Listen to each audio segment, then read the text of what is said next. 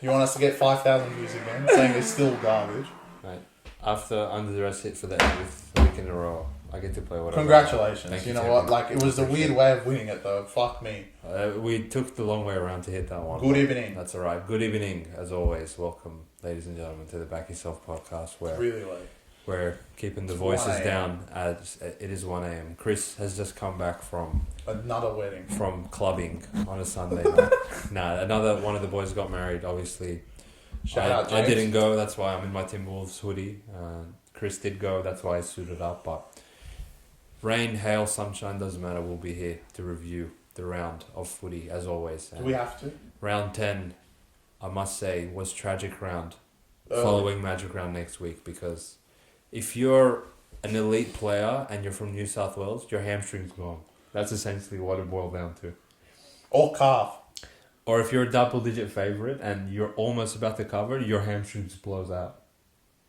Either or. Because, I mean... Or if you're a favourite in general. At this point, like, Madge, he may as well call me and Chris to get in the centres for Blues, because we're just... I've got a new candidate. Talakai. So he can't play centre for Sharks, but you want to play in New South Wales. He's good now. Okay, well, obviously we know that you're going for Queensland, so that's good. No. If Talakai's is my boy. Obviously, with Origin around the corner, we'll be getting some content ready for you boys, some team list predictions, some team analysis.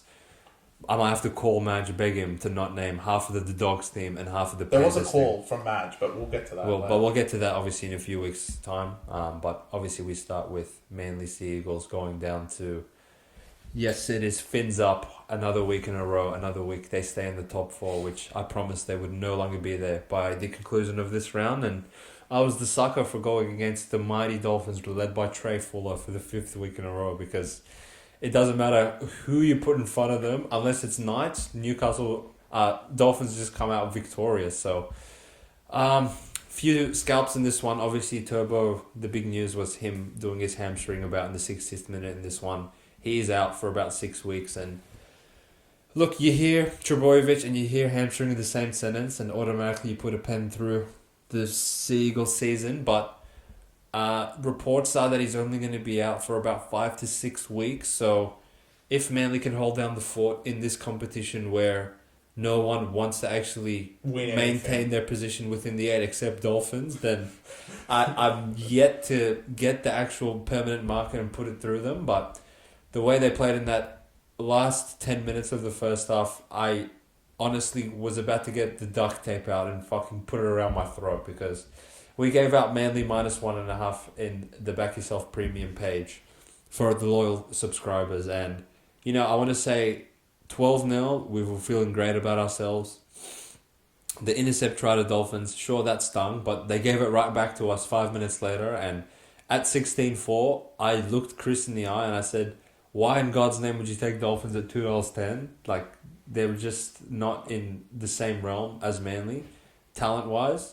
And then it's like Manly heard me and they're like, yeah, you think you're going to win on a Thursday? Yeah, think again, mate. Because within 5 minutes, Manly just collapsed, quit. I'm out of superlatives for what the fuck I was seeing on the screen.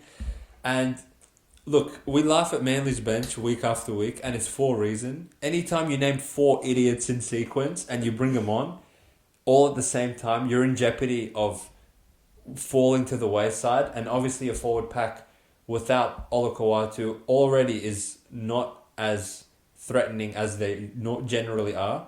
And to compound that, you bring on Matt Lodge, Sipley and Bullimore simultaneously, and you get the product of what Dolphins did in the last 5 minutes of the first half, where 35th minute, 37th minute, 39th minute, try. The 39th minute try from Trey Fuller, take a bow, son, because you set Suncorp on fire with that. That was individual brilliance at its finest in the pissing down rain. Apparently it doesn't matter to you who you're playing, where you're playing, and you just tore them apart. So Dolphins going at halftime up when they really should have been down, and Manly, although they ended up getting the lead later in the half, they did relinquish that one through piss-weak defense, as they are known for, which we have called them out on many occasions. And by the time they had the ball on the Dolphins try line in the last 5 minutes of this one to get a score and get the Back Yourself Premium followers a win on Thursday, they were on the try line without Saab, without Turbo, with Carl Lawton in the centres, and with Cola at fullback, with some other degenerate in the right centres, forcing... Ben Treboy was playing wing. Ben Treboy was playing wing. So at that point, I had seen it all, and I may as well have turned the TV off. Chris, did I miss anything in my analysis? You pretty much did my analysis. All I'm going to say is, I know you don't like him too much. He's not a back yourself favourite,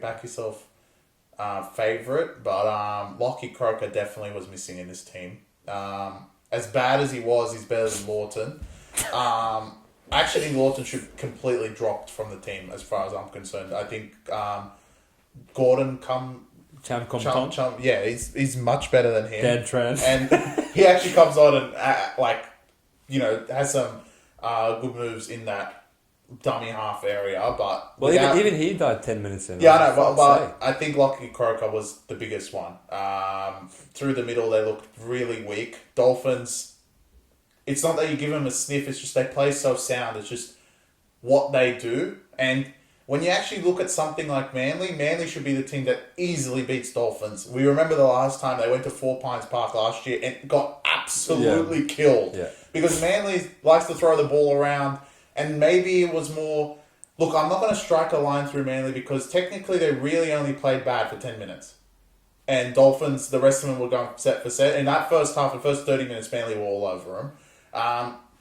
So... I'm not going to strike a line through them. Dolphins, look, you guys have got the upside. I think you guys are already shocking a lot of teams and probably have snuck your way into the 8 in my book right now. Right, okay. And yeah, you're playing incredible. Next week, look, all we expect from Dolphins is to continue what they're doing and don't do what you did tonight. Because all of this is undone. We've said this a lot of times. A team can beat a great team, but if they're going to go ahead and next week and lose tonight, then it undoes everything you've done. So next week, you guys play Tigers in Magic Ground, the big arena, and the return of Hammer Time. No matter how many games have happened at Suncorp, everyone's going to be G'd up for that game as the last game of the round. Don't go fuck it up. Simple. If you're going to beat Manly with all their talent outside of Olakawatu and just going to lose to Tigers, then... Don't start smelling because it's not going to happen. Because Someone Tigers were that bad. But part of me wants to skip Friday and go straight to Tigers, but I will obviously keep the sequence of the show and the schedule. Look, I think Brett Naden. I mean, I might put him in the team of the week. It was that good. Idiots FC. Idiots FC. Should we actually? If you guys have watched this part of the, I want to see if you guys want to see idiots of the week instead of team of the week. I'll post both. I don't care. It'll be hilarious. Just let us know. Let us know in the comments if you boys are keen for that. But I'm big upside for the Dolphins. Look, I think one thing about the Dolphins is their talent there. Everyone seems to be coming back now. What we've seen in the league is less talent actually means more. What I'm actually gracious and happy that the Tigers don't have to first is the wrath of Trey Fuller next week. In my book, I don't know how Bennett will pull it off, but he has to be somewhat in the team. Like, obviously we're going to keep this for the preview, and I assume he's not going to be there. Like, I don't know where you slot him in, but he has played... Every time he has not been in the lineup, he has played great. So, I don't know where you put him. Wayne, you're the expert, you're the mastermind. I think you can figure out a way for him to being in the team because... The way he's been playing, he doesn't deserve to play Queensland Cup again. I want to put a bow on this by saying just a few quick things about Dolphins. Number one, Wayne Bennett, give him the Coach of the Year award now because the cunt is making miracles with no players. Yeah?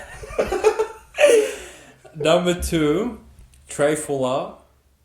Some of these degenerate clubs, I cannot believe how incompetent your scouting departments are that this guy... has been tearing everyone's ass in Queensland Cup for the past 4 years, and you've just all let him rot there until Wayne woke up and he was like, oh, fuck, this cunt's gone. Not just his individual brilliance, not just his consistent ability to take on the line, but honestly, he actually saved 2 tries in this game that even Hammer Time wouldn't have fucking saved. Yeah. If Saab scored and didn't break his shoulder off his fucking socket... Manly would have actually been up 22-4 and this would have been ball game. So not only did Trey Fuller score to put them in front, he kept them in the game and he honestly played 11 out of 10. He was their best player. I guess he plays 14 because you can't drop any of that. I agree. Second shout out, Cody Nikorima.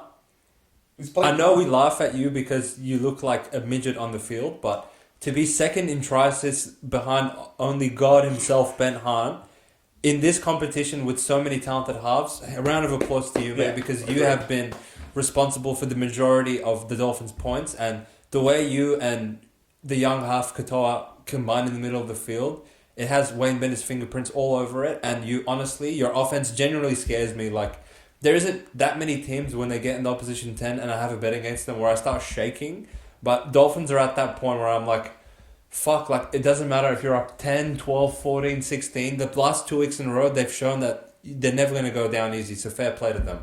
Except against Nine. That's a lot more than you can say than a lot of other That was a lot of nonsense. imbeciles in this league. I think this is going to be. I think they deserved it. I think this is going to be a long review. This could be a 5-hour review because we're going next up on the slate to Friday night, which, believe it or not, both favourites won. So sound the alarm. I know normally you sound the alarm for upset alert. I want to sound the alarm for anti-upset alert because they still covered. Should I go get the scarf? No, they didn't win. They didn't win, but sound the alarm. It wasn't a back upset outright victory Friday that we've been seeing consistently in this horrific sport. But we did get an underdog cover, much to Chris's dismay. The Canterbury Bulldogs, the Dogs of War. Some have called for another apology from him, but I'm not apologizing. The Doggies go there as plus 15.5 point underdogs and come away with, I want to say, an 8-point loss. 6.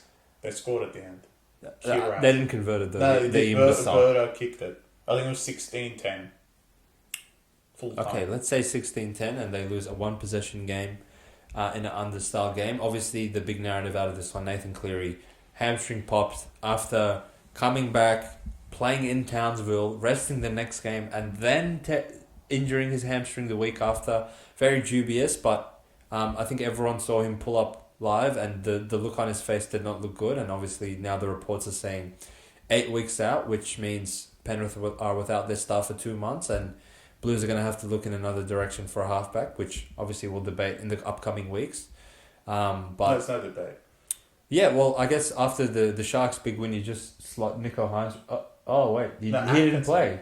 Yeah, well, fuck it. Just grab Atkinson and Jack Williams because that's all you need to beat Melbourne, apparently. But Chris, talk to me about whether you want to issue an apology after the Bulldogs. There's really nothing to say about Dogs because you guys were gritty in the rain. You had to cover 15. And, Dogs, the way they've been playing has been with high energy, and a high energy team in that type of weather are always going to cover a big line like that. So, look, as far as I'm concerned, you did get a little lucky because in the first 25 minutes of that game, I couldn't imagine. I didn't know we were watching soccer.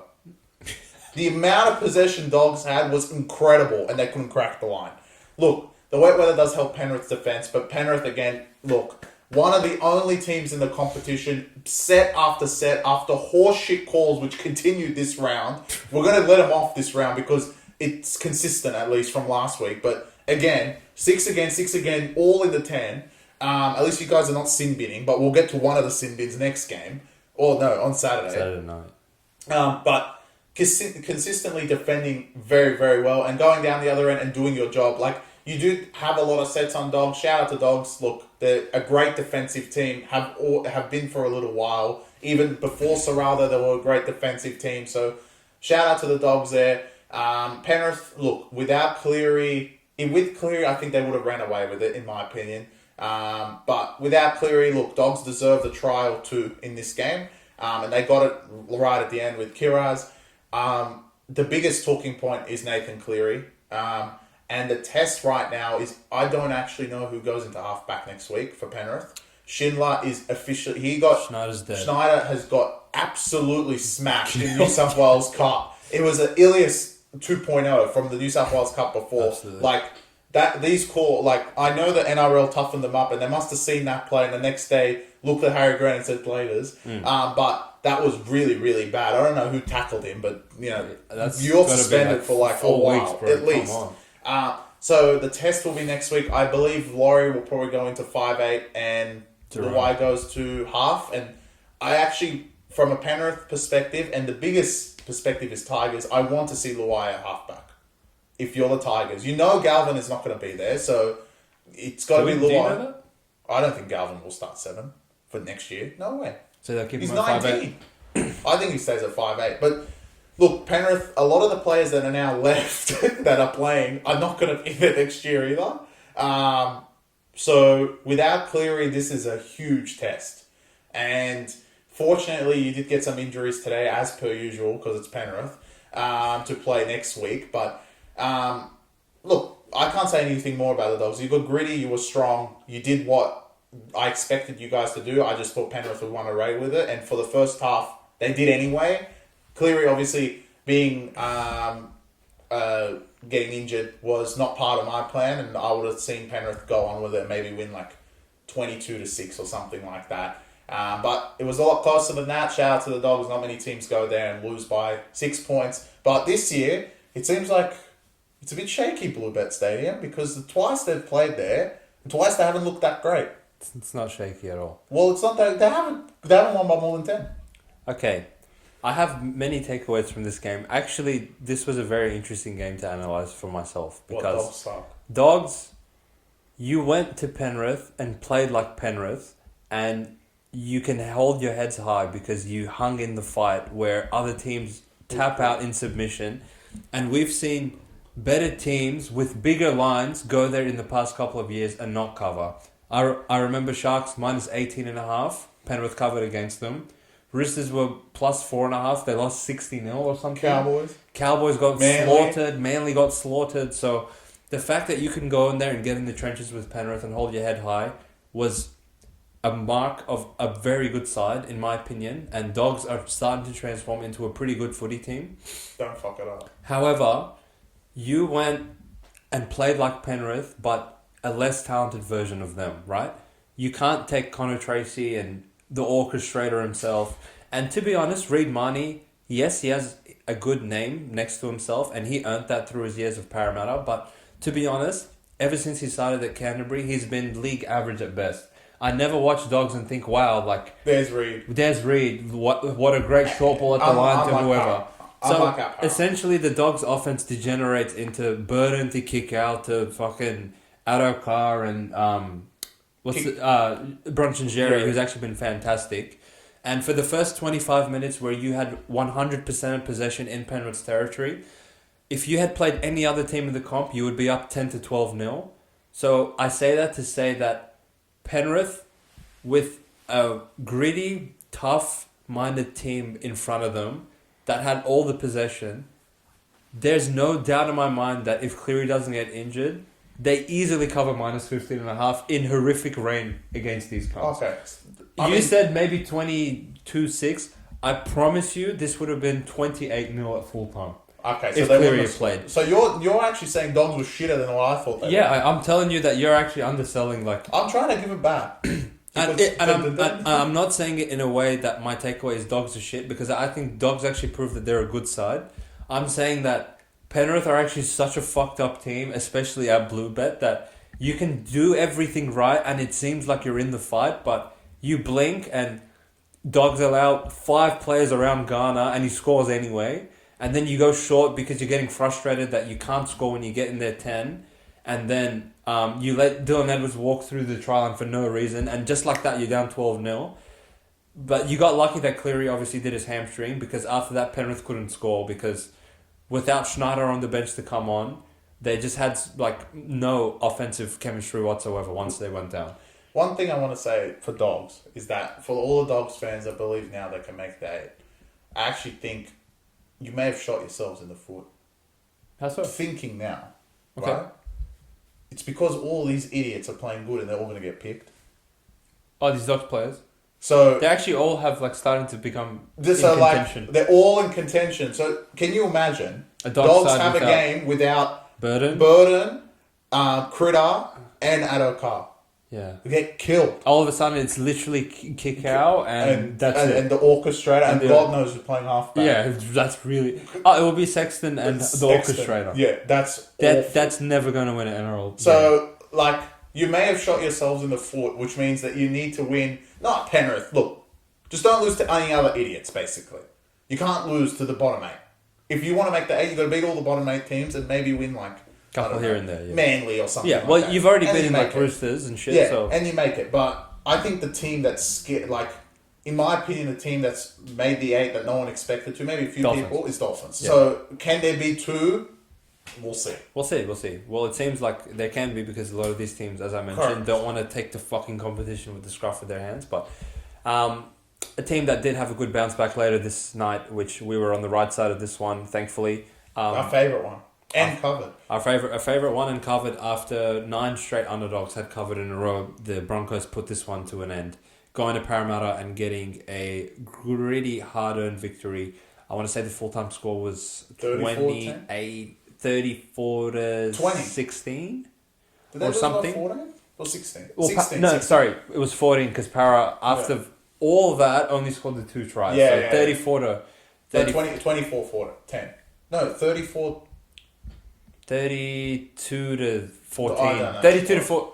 30 to It was unders. 30 to 14 because it was unders. Yeah, 44. okay. The total points in this one was 46.5, and there was 0 tries for the last half an hour of So this we game. go So unders. shout out to all the boys that took overs. I know you were hurting for that one, but obviously we just gave out the Penrith line in this one with confidence. Chris, and to quote my partner over here on the preview, said, Para looks like the sharp side, but they're going to end up being the blunt side that loses by a few more points than what the point spread is, and Broncos end up winning this by 16 or 18. And if you took Para, you feel like you were on the right side. You feel like this should have happened, that should have happened. Broncos got lucky with this one moment in the game where they picked up the ball when Para was in an attacking field position and ran 100 metres and scored. But that's essentially what we saw coming, right? Yeah. And look, I actually feel for the Parramatta fans. I think they should have been the side that covered on Friday, not Dogs. And it kind of swang because Cleary gets injured, and then the other side of things, you think of the Mariner try with 1 minute left, and if he doesn't score that, then you cover 10. So I actually thought Parramatta played excellent. Look, when you don't have your 2 best players in your team, there's going to be gaps throughout the team, and eventually it's going to crack. But off a bye, they did look much, much better. The Pack was putting it to Brisbane as best they could. When Brisbane, arguably, a lot of people say they're the best pack in the competition. I'm still backing the horse that Parramatta is the best pack in the competition. And they really showed how great they could be. Talangi, fantastic at fullback for 19. Parramatta really need to chalk him up and keep him in Parramatta with there's a few other youngsters that hopefully are inked up and they stay at their clubs, but Talangi is one of them, and I can imagine next year that Talangi will be in the centres and the other side being Lomax, which he played brilliant again. So Para's deal with Lomax seems to be getting better and better by the week and week how good he's playing in Dragons. So look, only upside for Parramatta. The big thing for Parramatta is that Mitch Moses, with all the talk, will be back next week. Not just great for Parramatta, but of course now very, very good for New South Wales. And it's time for them to turn the wheels, and I'm going to say it on this review. With the return of Mitch Moses, if he confirmed in this week, Parramatta will be in the top 8 at the end of the year. Yeah. Done. Okay. I think a lot of people would go against you based off what they've seen so far, but this game, as Chris mentioned on the preview, with Gutherson and Moses, Para would win. I leave this thinking that with those 2 players, Para definitely win this game. And it's hard to quantify how valuable both of them are to one team because at the end of the day, it's just 2 players. But Para, look, again, turning point decision of the game. Why the fuck do you guys take the 2? Stop taking the 2. It doesn't work. You're not Penrith. You're not Brisbane. Brisbane are Brisbane. That's why when you guys had all the ball for the first 20 minutes, you walked away with 2 fucking points and then dropped the ball and gave Reece a 100-metre try and you never led again. Don't take the 2. Set the fucking tempo. Put Brisbane under pressure. You guys, in the rain, were converting and completing your sets very well. And Brisbane were sort of imploding themselves. Brisbane finished the first half with 2 tackles in your 20 and 3 tries. Why? Because 1, you dropped the ball, and Brisbane's backline is just star-studded and so fucking talented And fast that if you make one small mistake, you can concede 6 points like this. So Walsh scores his try, and then obviously the intercept before halftime really stings, the one you throw to Mariner, because you feel like you're right in the contest and you look up at the scoreboard and you're down 12. But Then to start the second half, Dillbags gets the one-on-one strip against Mariner, so he gets those 6 points right back. And I finally heard the fucking crowd go wild because they had something to cheer for. But essentially what this boils down to is Brisbane are a top-tier side, and no matter how much ball Para had in that first 20 minutes, I knew as soon as Brisbane go down the other end, Para have nothing for them. And in the end, to think that Para should have covered seems like logically the right conclusion. However, it's acknowledging the fact that they had the majority of the ball and still somehow only ended up with 2 tries, one off a one-on-one steal, and Brisbane ended up with 6. If I was playing this again, I would take Brisbane again. They're just, without Moses and without Mitch, they just don't have enough firepower to compete with Brisbane. And that was pretty much my takeaway. And that first 20 minutes, if they had that much ball, it would have been 12-0. And oh, yeah. And for sure. With everyone, right? With Mitch. So, Even just Mitch. Just Mitch, they would have been 12-0. Because Talangi, this guy was playing like fucking Billy Slater. Yeah, like, who the hell are Broncos playing? And for everyone that's going to take my take that I said before that they're not going to make the 8, I'll say it for the rest of the year until I have to go back and say they didn't make it or made it, is that Dylan Brown's been playing actually like Benji out there. And for him to have this much confidence without Mitch, I can just imagine when Mitch comes back, take a bit of the workload off him. I know the Para whole team is going to be much lifted with the return of Mitch a few weeks early as well. So big one next week in Magic Round. This one turns into a must-win now because you've got to keep up somehow with the leaders that everyone's running away with. Brisbane again, showing their class, 1 dropped win, and they come back and very classy win. And they didn't look like they missed Reynolds in this one.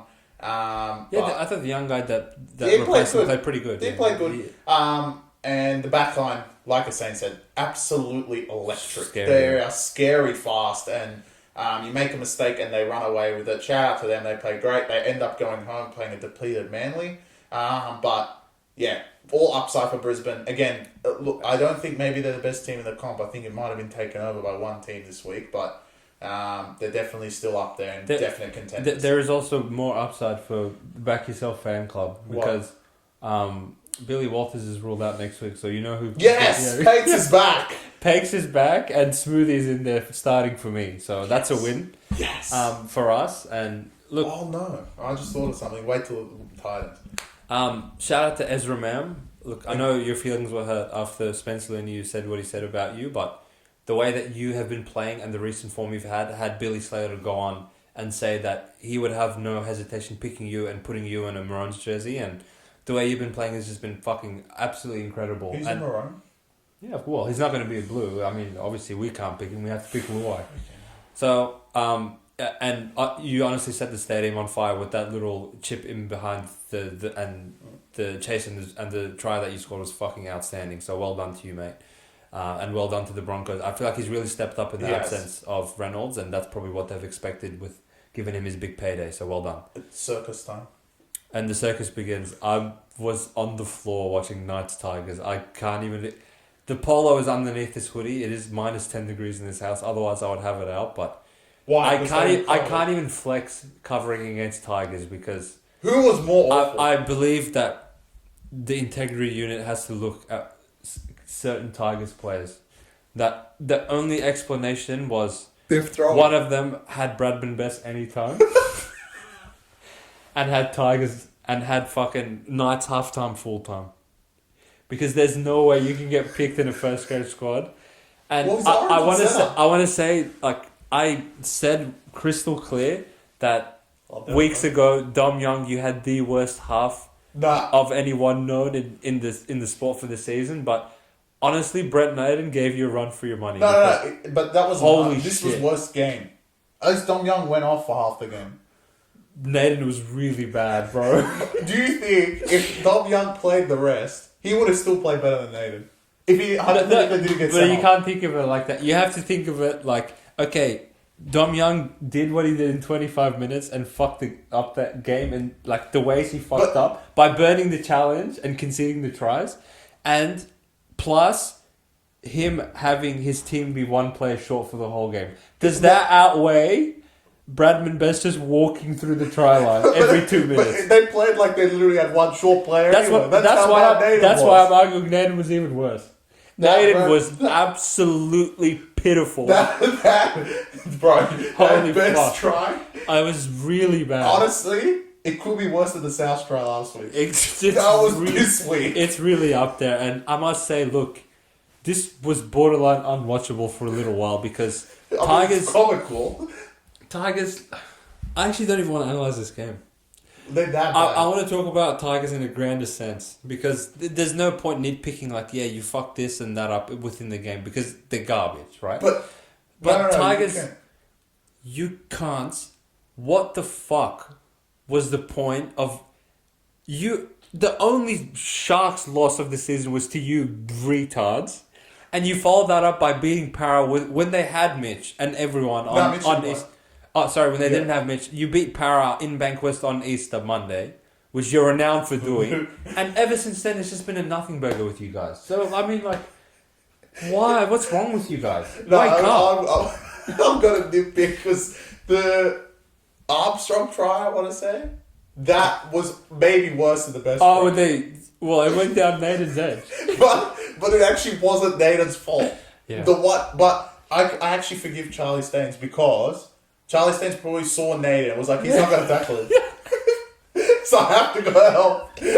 So indirectly it was Nathan's fault. But how many times Appy Coruscant, honestly, I feel so bad for you. Yeah, my God. He was putting balls right in the fucking corner. Armstrong, who looked like Kalen again, unfortunately, probably not going to play next week because Gaga has to play fullback. Anyway, he's going to play next week because of HIA. And they made him look like Kalen. How many times did they get out of that corner because Nathan's there? Or some other stupidity. That one, Bradford Best went down the sideline. I thought I'd seen everything. And then Best scored. Yeah. Then I'd seen everything.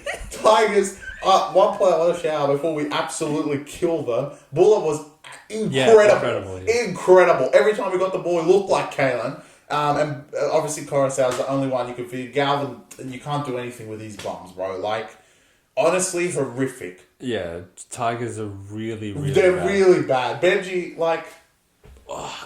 Essentially, what do you say to them? To reiterate my point that, like... They're unwatchable. For a second, it looked like they had turned the corner with those 2 wins, but really, it's just same old Tigers. Yeah. It's same old Tigers. I said it pre-season. Yeah. They might not win. If they finish on 2 wins... They won't. They'll obviously win 1. Let's say 3.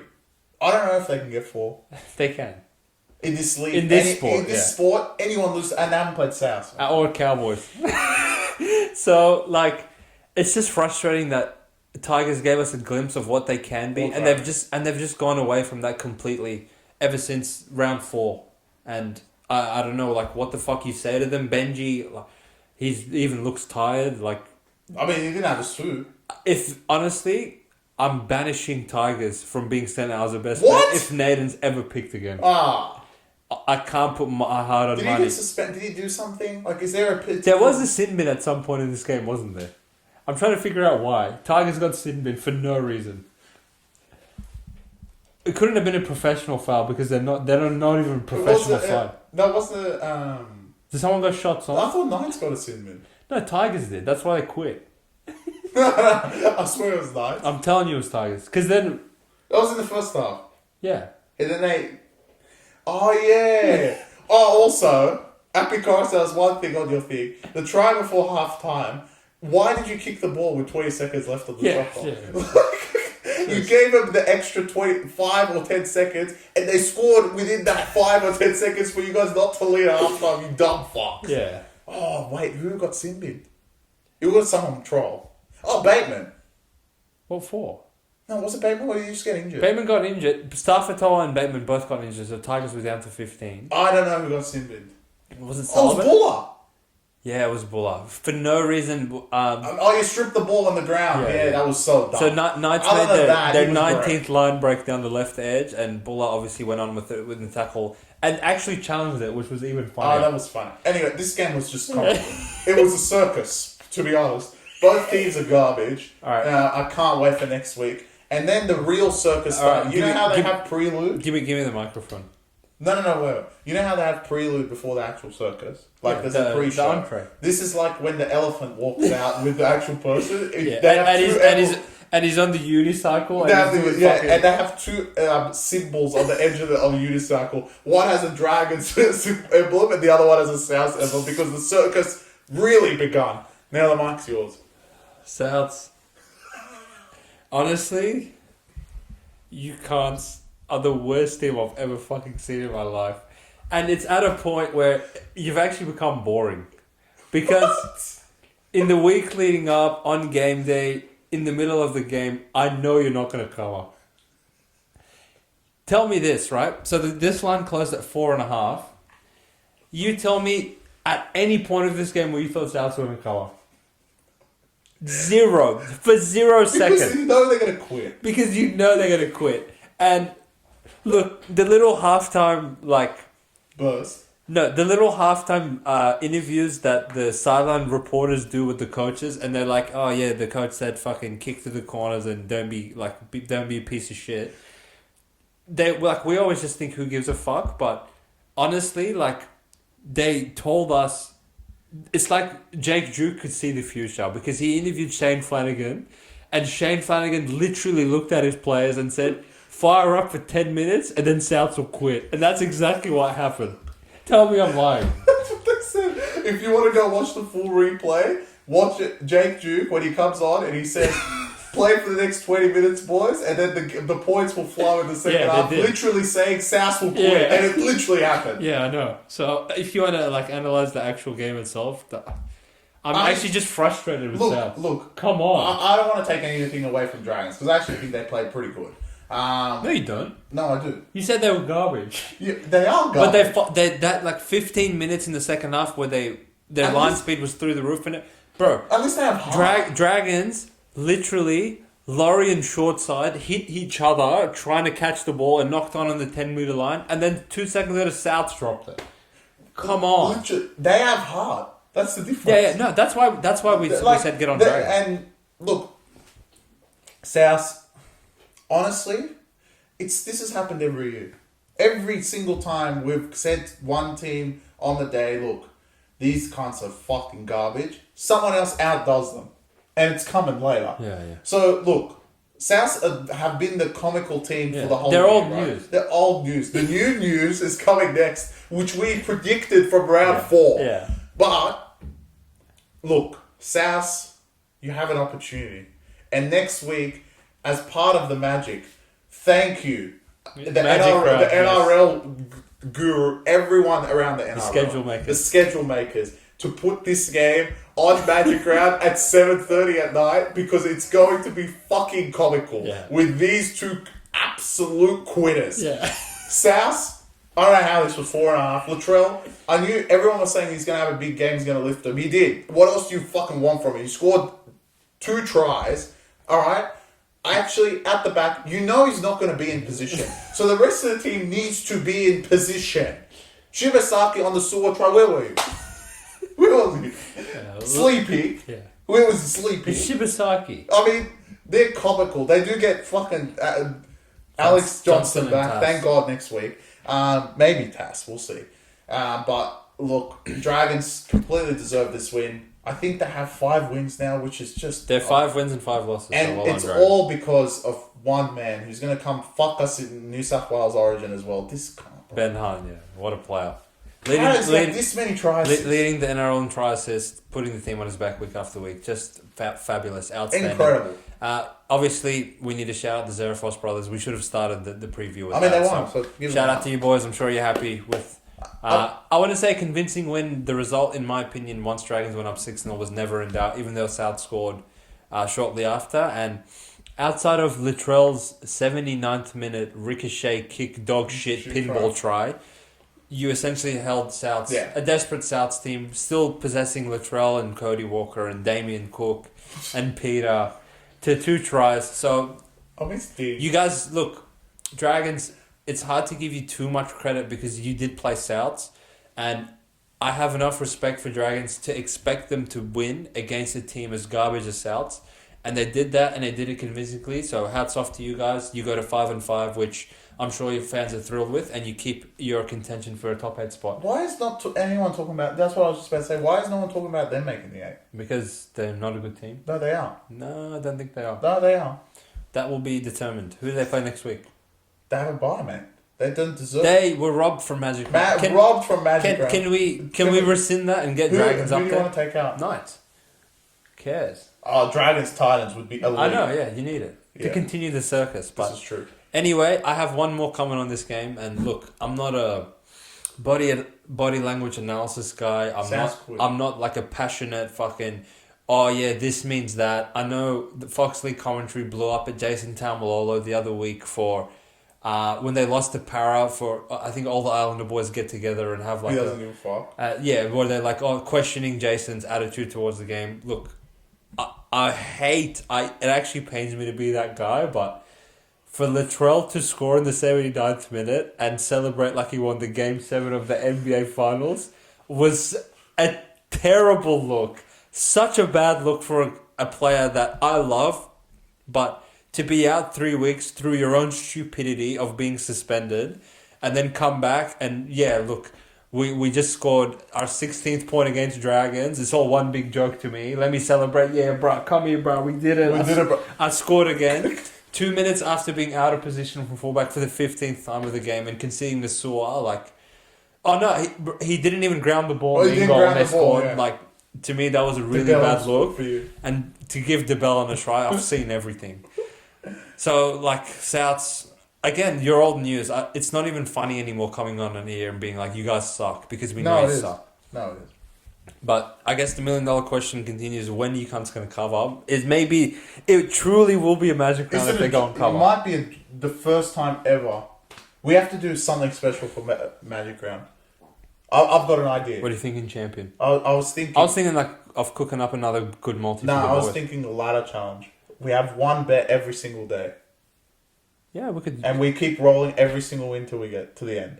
And obviously we end on Dolphins. If there's ever a round to go 8 for 8 and give the punters what they want, exactly. Mate, it's this round. So let's see if we can sprinkle some magic in the air. We'll figure it out. Obviously, there's no Thursday game, so we have a chance.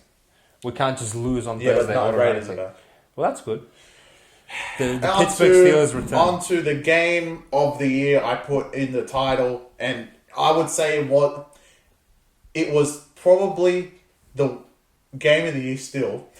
But it wasn't the way we thought. So let's just roll it back to halftime between Dragons South. No, I rescind that. It was right after It was halftime. No, it was after the Dolphins game. It was right after the Tigers Knights game. Oh, okay. Breaking news. Maybe the biggest news ever. Now, I'm going to use your phone. This is what happened. Hello, Michael Maguire. Yeah, you don't want me to play Nicho this week? Can you make sure that he's healthy? If he's got a calf strain, just don't play him. I need him. Alright, cool. So, look. He may have been injured, but it was the biggest shock news I've ever seen. And basically threw a spanner in the works for the complete market. Everyone that tipped anyone just went out the window. Nicho Hynes was ruled out 3 hours before the game. At that point, I took a screenshot because Jack Williams was playing halfback, which is hilarious. Obviously, that's not how it started. I think Blake Brayley ended up playing there. But anyway, Melbourne went from $1.90 all the way down to $1.42 with Hynes being out, and obviously Melbourne still having Munster and Grant. But it didn't matter, and we mentioned it in the preview. You put them under duress, congratulations. But we mentioned in the preview, the biggest thing about this Sharks team is how much of a monster their bench was. And it came on fucking show. Because that bench, when that came on, and on top of that, because Nicho Hynes was out, the reshuffle, they actually brought the guy that we still don't know his name. So they had maybe the biggest bench I've ever seen. Yeah, 4 mammoths. 4 absolute mammoths coming off the bench, and they just ran over Melbourne, ran them through the middle, and shout out to them. They had a great performance, the Cronulla Sharks. Daniel Atkinson, you'll see it maybe tomorrow, but right after this is uploaded, but he's got to be in the team of the week this week. Incredible from that young kid. Lots of pressure on his shoulders, But he pulled off the job, and the whole Sharks team. Honestly, if I could make a team of the week, it would be every single Sharks player. They proved No one played bad. Yeah. everyone wrong. And without Hynes, went to Melbourne and snapped the 14 winning streak for the Melbourne Storm at Amy Park. For Melbourne, look, guys, come on. It was without Hynes.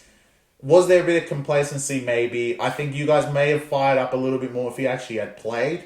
Because you were like, all right, we're playing the best team. We're under strength. They're not. Once you saw that he was out, you were like, all right. Like, okay, we're playing Atkinson. Maybe you got a little bit arrogant, and I feel like that's what it was. Nothing took away from how good the Sharks pack played. And at the end of the day, one thing that a lot of NRL analysis doesn't go into, and not many analysts actually do, is the pack leads the way. Like, if you can't get forward momentum, it doesn't matter how good your spine is, the pack leads the way, and it definitely showed in this Sharks contest because the pack led the way, and it didn't matter who was behind them. They all played great and did their job, and that was enough to beat the Melbourne Storm at Amy Park. And Sharks are now outright first, with the only team being 8-1 in our competition going into Magic Round. Well, it sounds like you're quoting exactly what I said in the preview, because I said once this round ends, Shark will be outright first on the competition ladder, and I actually give myself a double pat on the back because I said that assuming that Nicho Hynes will play, and they even proved me right with fucking... I want to say Blake Brayley actually did go to halfback and McInnes played hooker. Yeah, I think that was... So once I found out that was the rotation and Craig Fitzgibbon was actually just taking the piss by naming Williams at halfback, then I thought that is the best possible way that they could surround Atkinson with enough vets. And McInnes has actually used to play the dummy half role for the Dragons, so it's not something that would be foreign to him. And they actually brought that bloke, which I still don't even know his name, but the guy that scored Tafaupa or whatever. My God. Once I found that all four of those guns are coming off the bench, I honestly, like, in that moment, I thought Sharks are actually still on big time because, look, again, I want to talk about punting principles here. Like I have previously mentioned, originally in this game, I gave out 6.5 with Hynes, which in hindsight, what a fucking bet that was for the BackYourself punters. Now, this went all the way to Pick'em, and if you're sitting there looking at your phone and you see the tweet that Nicho Hynes is out, and you see Jack Williams named at halfback, and you see Melbourne at $1.90 at home, and even plus 1.5 in a competition heavyweight battle where you know Golden Pot could be on the agenda, and you take Melbourne and you lose, fair play, because you've done the right thing. More times than not, Melbourne should win that game, and you're on a fantastic bet at Melbourne at Pick'em, knowing that this closes at minus 6.5. However, in terms of the formula for success that I saw the Sharks going through the Melbourne middle and winning this game, look, if you've actually really paid close attention to Melbourne, even with their full spine intact, they have gone through lulls and ruts within games where they really, really struggle to make meters. And that's not a surprise, especially considering Xavier Coates has been out. They haven't had as much size and force as they have probably in previous seasons in their backline. And there is sets where or periods within the game for about 15 or 20 minutes where the opportunity is there for you to get to their end of the field and keep the ball there for long enough for them to crack, as long as you're patient and you stick to it, what is working. And the people, all the blokes that Sharks ended up bringing on off the bench, Melbourne actually led this 12-6. And look, you can hold your head high because you didn't bring this up, but I'm going to bring it up for you because it's very relevant. Oh, what? The controversy of the round, and Chris alluded to this earlier, where Brad Schneider is now out for multiple weeks in a row, and Ilias also, broken leg, taking the kicker out in New South Wales Cup games, where similar to the same way Alloy took out Johnson, although Johnson didn't actually get injured from it, trying to put kick pressure on the ball where you end up making contact with the kicker's leg. I feel like the NRL overreacted big time to those injuries and took it out on Harry Grant, which, look, if you're going to blow a penalty, fine, because by the letter of the law, he does make contact with his leg, but It's literally a fucking marginal. brush on his quad, bro. No one wants to see like that in a game of this magnitude where all of a sudden the game's fucking spun on its head and Melbourne knocking on the door of potentially going up 18-6, get penalised and sin bin, and then Oregon Kaufusi scores during that period to make it 12-all. Probably gave Sharks a bit more life than they needed to have in that moment. And I still want to say the right team won in the end of this game because Sharks played that well, and I don't want to take that away from them, but it's just very frustrating to walk out of this game with the topic of conversation being, what the fuck are the NRL referee and bunkers doing, sin binning Harry Grant for such a piss weak act in that game? I don't know if you wanted to elaborate any more on that, but I was really pissed off about that. Look, Melbourne had no excuses, even if Grant... Like, I don't think Melbourne deserved to win the game. The Grant thing did turn things on their head. I felt like unless Sharks kicked in the front door, they weren't going to actually get around Melbourne, and it didn't look like they could for a lot of the game. They did win by kicking the front door down, but to lose your main hooker, like your only hooker, right in the middle of the field, and that's where you can see the try, I can see the frustration from the Melbourne fans. It makes sense. Now, in terms of the sin bin itself, I completely agree with Hussein. I think it was a crackdown more than anything else. And look, I actually was, for a bit of history about my personal self, I was a referee, soccer referee.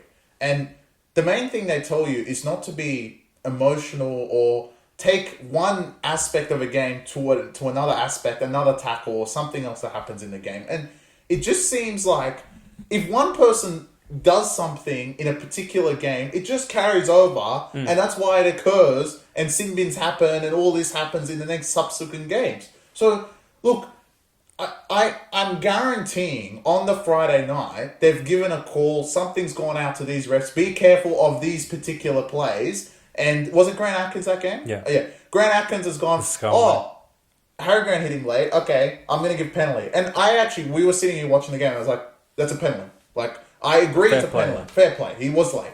And then I saw him waiting, they called Harry out, and Harry, like, you could tell, he was like, are you serious? Yeah, I'm sin-bin for this? But if you actually look at what's happened, not maybe every single round, but because of something else, they've carried over that same logic for plays that are not as bad as they were before. And this is where the referees need to be. At that particular time, every situation is different. You cannot call the same call dependent on anything. And it's actually been inconsistent. One, with this rule. Two, with the disruptor, which makes zero sense to me, because the disruptor, if the guy is in a try scoring opportunity, you can't never fucking call it. But as soon as it's in the middle of the field and play, he's a disruptor. The one on Nikora was absolute shameful horseshit. Yeah. Again, Grant Atkins. And the third one being, I had another one that they keep calling these days. Inside the 10? Inside the 10. Honestly, Chris Butler wasn't reffing this week, but I actually got him off the fucking refereeing. That's good. He's the number one culprit. Look, it's better to give them the ball on the 40 than give them a fucking penalty, because these guys just blow inside the 10. But when you have absolute pressure on them from 10 meters out and you're springing off your line, trying to get as much line speed off your line to keep them close to their try line, they never fucking call it. But as soon as you walk like 20, 30 meters, they give penalty. Yeah. Like, how are they offside then if there's no fucking line speed? Yeah. It's really garbage. I'm honestly, like, from the bottom of my heart, the Nikora disruptor call was actually worse than Harry. Bro! God, it was so fucking bad. Literally, the bunkers, the way he analysed the play was Brenton Nikora jumps and is staring at the ball. However, he bypasses the ball. He missed the ball. Like, why the fuck are you being penalised for marginally, like, mistiming your jump to contest the ball when he fucking is in the air like this and his arm is like 1 centimeter away from the ball? I cannot believe they gave that disruptor call. It was literally shameful. What is a disruptor? And the thing that concerns me is, if we get to like, let's say we're fucking in the 70th minute of a preliminary final game, and they call some horsewank disruptor, obviously Penrith will get the call in blue bet, then like cunts are going to be like, what the fuck is this sport? So I think they're just setting a garbage precedent, and not that we're the podcast that's going to sit and talk about refereeing all day, because who gives a fuck? either you won money or you didn't. But the Harry Grant sin bin, like the NRL just does me in this way that I think Chris actually articulated it great, referencing the way he was taught to referee. And look, you take every incident on its merits for what it is, that one incident. And before Ilias and Schneider got killed in reserve grade, if that same Harry Grant play had happened in week 2, you might not even get a penalty. Yeah. And honestly, Dylan Walker got killed in the Roosters game in the 73rd minute, literally lied on the floor holding his leg as if he'd been fucking amputated, and no one gives a fuck about it. Well, actually, the other decision wasn't actually inside the 10, it was hip drop. And we saw that precedent last week when Caesar hip drops, gets banned for 4 weeks suspended, and no Sidbin. But Isaac Tunga, who gets Sidbin, gets a week. Yeah. Makes no sense. It's really bad. It's just horrific. I mean, and luckily, today is Mother's Day. So I actually didn't watch. Shout out to all the mothers if you guys watch this. If not, who cares? But I actually didn't watch either of these 2 games to watch the garbage refereeing, if any. But let's start with Roosters. Roosters beat the shit out of my upset alert, so I'm going to start at New Zealand Warriors. I'm going to start with, I was wrong, you guys were right, Roosters are fucking gone, apparently. But I actually don't think Roosters were gone. Warriors are fucking horrific. Wow, okay. On the borderline that they're scratched. I don't think they make the 8. They're that bad. They're really bad. And the Webster coming out saying RTS is out to 2 to 6 weeks, which who says that? How can they go from one extreme to another? Anyway, and Sean Johnson, Peck, I don't wasn't think a tear, it wasn't but a tear, but he looks like he's going to be out for a few weeks. You play Penrith next. It is all downhill for the Warriors, and I think the biggest talking point is the next game, but this one is definitely up there because a lot of people are going to say that last year was a one-off, and it does seem like it was. And Hussein's mentioned this from the start. It is Sean Johnson or bust, and honestly, like, Shauno can't do all this on his own, man. Like, yeah. I feel bad for him because the rest of the team is horrific. Whoever the fuck is out there saying Chansey Nickel-Klosterman should be playing fullback, end your life. Wake up. Wake up. Yeah. They're fucking garbage. They can't score. Yeah, they can't score. And it's like, it didn't matter what was played in front of him. Shout out to the Roosters because Dom Young, he saved himself from that week because he played great today. Yeah, he had the most points in 20 minutes in fantasy I'd ever seen it was in my life. And obviously, how good the Roosters play. And once they get in front, they're such front runners. Like, I really don't want to sit here and praise Roosters because, like, as soon as they get in front, everything starts sticking. They're like Cowboys. It just starts sticking and everything, the ball just goes around. Crichton scores and then Dom Young scores. It's bullshit, right? It's just saying garbage. But Warriors played into that because Kosi kept dropping it. That left edge, Webster, you are supposed to... Look, we praise you as a great coach, and what you did last year was nothing but spectacular. But to put Kosi and Pompey on the same edge with Dom Young and the best centre in the world, Manu, just didn't make sense to me. But look, I'm happy to take the blame for all you guys that took Warriors. I did not see an absolute ambush, and I don't think the Roosters even played that great towards the end because it would have been like 60. Yeah. And it was just, they saw Warriors and they were just literally laughing at them because it was just absolutely horrific across the field. They look absolutely burnt out, and I will say on this podcast, their line has been through. In my book, they will not make the top 8. I agree with 95% of what you said, but I want to defend Andrew Webster because I agree that, look... Can't start Pompey. And honestly, like, in transparency, I didn't even back Warriors today because you can't put Pompey and fucking... Kosi. And Kusi next to each other after them not having played for the entire season against Manu and Dom Young. Like, it had the recipes of a massacre... Written all over it. Did I expect Roosters to be up 22-0 in 12 minutes? Absolutely not. That was insane. Because you just don't... You would never think that Warriors would come and just fucking get killed within 10 minutes like that. But you start the game off with a charge down, get good field position, a bit of Manu and Dom Young magic, 6-0 before you can blink your eye.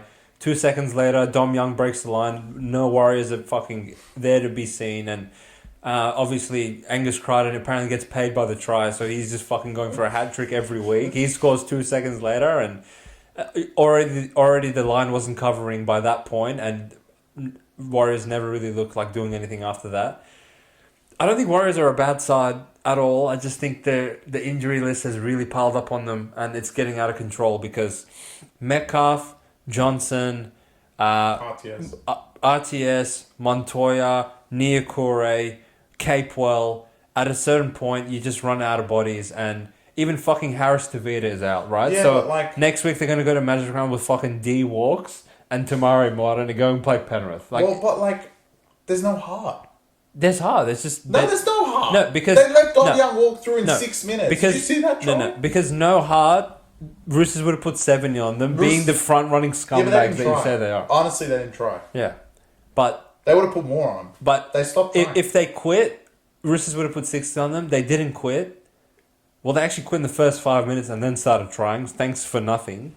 But, look, they just ran into an ambush, and to see Shauno go down injured as well really spells danger signs for these cunts going forward. My God.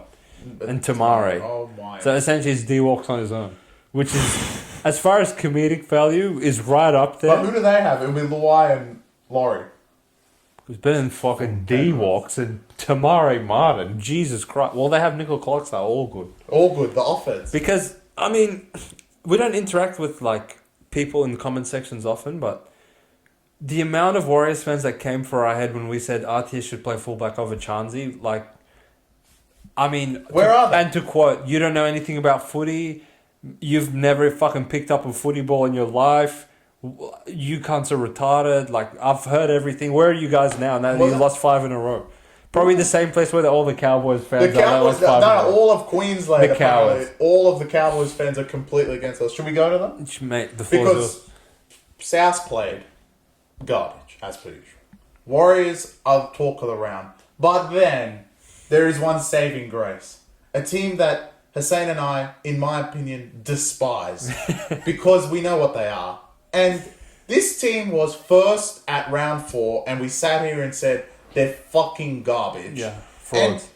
And there were people out there, when I said upset alert, Titans plus 16, shaking. Yeah. Literally shaking, being like, nah, bro. Oi, bro, they're going to cover 16. They're going to kill Titans. They're fucking shit. Right? And now, all I hear from the public is, why did you guys take -3, -2 on Cowboys? And it makes no fucking sense. What the fuck are you guys doing? Yeah. Now you love Titans. Yeah. Where was this 3 weeks ago when we told you that shit? Unbelievable. Anyway, Titans went ahead and just won. Yeah. Honestly, it would have been the comedic game of the round if Cowboys had won this game. Because it would have been hilarious for Titans to lose 20-0 now. But Titans just came out, blitzed the shit out of him. AJ Brimson is now finished. Oh, God. My heart hurts because Queensland can't pick him. Maybe they'll have to pick Trey Fuller because he's playing that good. Cowboys are the worst team I've ever seen. Yeah. Done. They're the worst. Honestly, they're the worst talented team. Honestly, they're worse than South. Right now, they're worse than South. I honestly... Because they have talent. These cunts are the only pricks to possibly give South their second win. They're that bad. They're pathetic, bro. Holy fuck. And they don't care. Yeah, they don't care their shit. And, previously, when you were fucking high on the ladder looking down at all us mere peasants, what could you hang your hat on? You could score at will, right? Now you can't even score. So, what are you good for? Why is the Titans brutal? You realise that, possession at 20-0, Cowboys actually had more possession. You know that, right? I didn't watch the game. I just saw the tall score. So let me break it down for you. Titans... It was Mother's Day, thank God. They played for their mothers or some shit because I don't know why you can't keep trying, but you do. They must have had and now you've officially covered 6 rounds in a row. Are they going to cover next week? Which means we'll get to Knights because I can only talk about Knights so much. But look, Titans... You proved to the world that you're actually a better team than Cowboys without Tino. And Dez, shout out to you, mate, because you got these boys firing up when really, if anyone has a reason to quit, it's these guys. So fair play. Well done, Titans. 24 of 24 completions in the first half was very professional approach to the game. And when Cowboys threw everything they had at you in that first 10 minutes, you soaked it up, you didn't crack. You didn't really even look like cracking at any point, and then Cowboys have to defend for one set, try. They have to defend another set, try. I don't know if you watched the highlights, but Brimson's try was... Honestly, in my analysis of this game, and I swear on my mum's life, I'm not kidding, in my analysis said Titans are going to get to the 2 meter line and David Fafita's going to score a scoot try because it's Cowboys. He did. And he did because it's Cowboys. And that wasn't even the funniest try they conceded because 5 minutes later... Was this the key? Forward put a bomb up and Valamay... I saw Valamay with 99 volleys booted the ball straight back to Titans, and Cowboys were like, fuck this, bro. Call halftime, I'm tired. When I said last year, this cunt fucking sucks. Now it's coming into fruition. He dropped the ball too a few times. Yeah, and he's then so bad. He's really bad. And Vilea, I can't believe the commentary said one good thing about him because, as I said multiple weeks in a row, he would rival Naden if they gave him the ball more. He's that bad. Now, in saying that... So you're saying they should bring back Chester? Yeah. He's better than Vilea. Holy smokes. Now, in saying that, it is Titans, so... They actually gave a stat at halftime, which is so fucking funny, that the last 2 games the Titans led by 20 points or more at halftime, they lost both of them. One to Cowboys, and the other one the Dolphins, which is fucking comical. Oh, that was when they were up 20. Yeah. Well, maybe they thought they had Trey Fuller that day when they didn't. Well, actually, they almost fucked it. They were this close. They were this close because, look, Titans started dropping like flies, and I don't want to hear anyone come at me with Cowboys came back and they almost won, because when Titans had everyone, you cunts did nothing for 65 minutes, and even Val got over the try line and decided not to put the ball on the line for whatever fucking reason. And what do you know, Jojo Fafita from fucking another postcode comes in and stops the try because he's that good as well.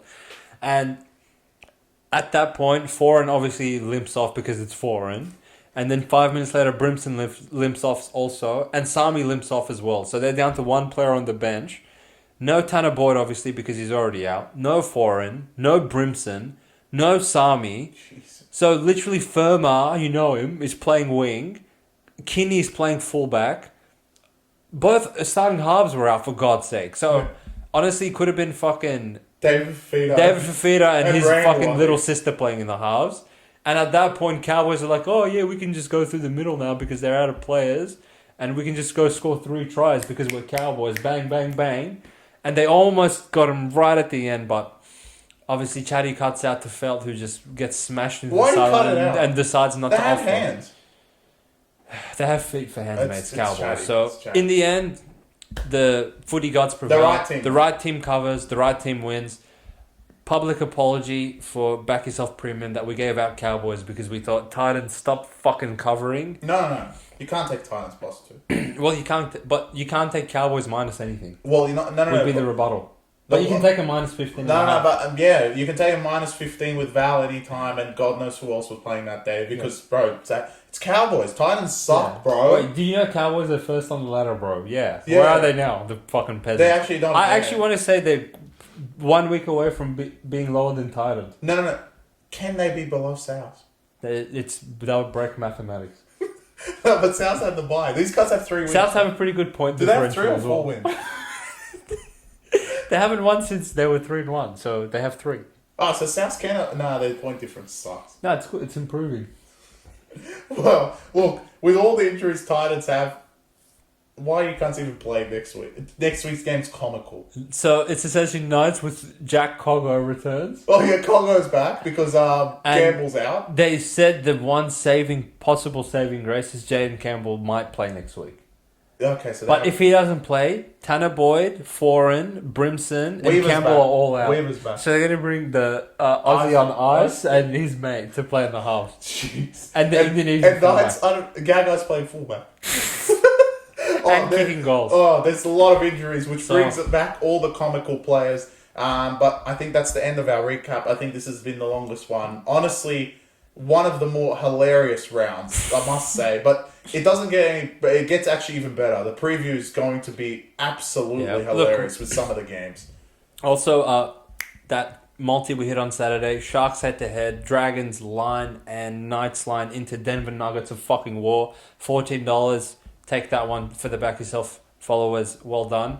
However, on the best bets, I want to say it was another break-even round. So seems like Chris and I are not really seeing things as clearly as we were a few weeks ago. Chris probably off the ball in his upset alert. I think I probably was a little bit too bullish on Cowboys when I shouldn't have been. But obviously that's punting, that's footy. You can't win them all, and we'll try and be better next round for all you guys on the premium. Tragic round. Let's turn tragic round into magic round for a change, and I will see you for the preview in 48 hours. Thanks for following. Peace out.